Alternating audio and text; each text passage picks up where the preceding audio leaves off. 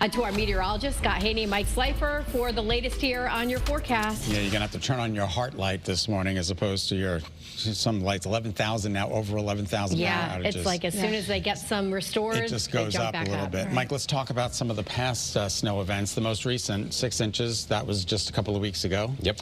Most recent 12-inch, just a couple of weeks ago. And then we go back to Blizzard Charlotte. Right, and Blizzard Charlotte was also the last time that we had a statewide blizzard warning. Oh, that's right. It's been over a decade. It's been over a decade, so we're waiting to see if the criteria is met here in Connecticut. But in the meantime, let's take you to the maps. I want to show you first. Look at this, just unbelievable. We are seeing these darker blues showing up. Remember, the darker the blues, the heavier the snow. From Putnam down through Brooklyn, Wyndham, Norwich, down 395. It's paralleling 84 here. As you can see, Enfield, Tolland, Hartford, New Britain.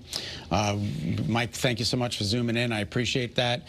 Windsor Locks, Ellington, Somers, Tolland, Vernon, East Hartford, Farmington, Bristol this morning, moving over to New Hartford, where we got some reports of some thunder snow a little bit earlier this morning.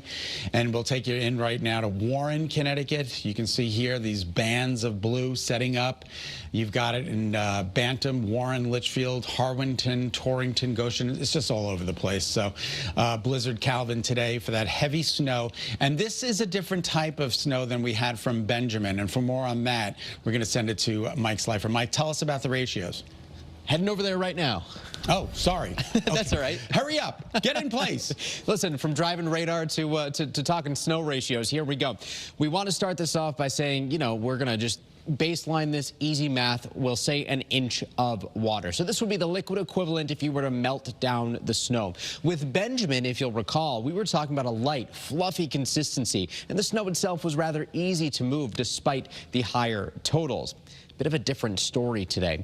When the temperature is right around freezing, give or take a couple of degrees, so we're saying the lower half of the 30s here, we start to see these snowfall ratios of about 5 to 1. In other words, that inch of water makes 5 inches of snow. It's a dense, wet, heavy snow. As the temperature has dropped back in some parts of the state, closer to the upper 20s, lower 30s, that snowfall ratio has increased a little bit, so the snow would be more typical, not quite as wet and dense perhaps, and it's a little bit easier to blow around when we're talking about these 10 to 1 ratios. That same inch of water equals 10 inches of snow. Of course, with Benjamin, we were more like 15 to 20 inches for that 1 inch of water, so a 15 to 20 ratio. Certainly a different consistency to the snow. And Scott, that's going to make the cleanup so much more difficult.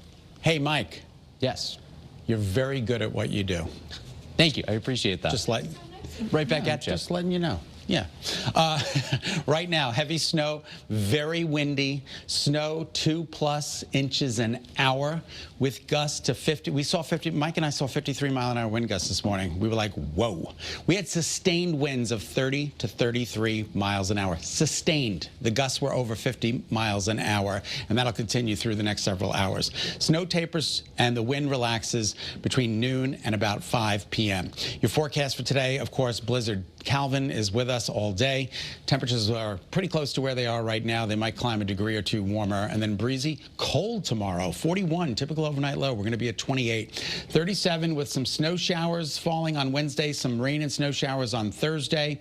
And then Friday, Saturday, Sunday, we're dry with moderating temperatures Saturday and Sunday.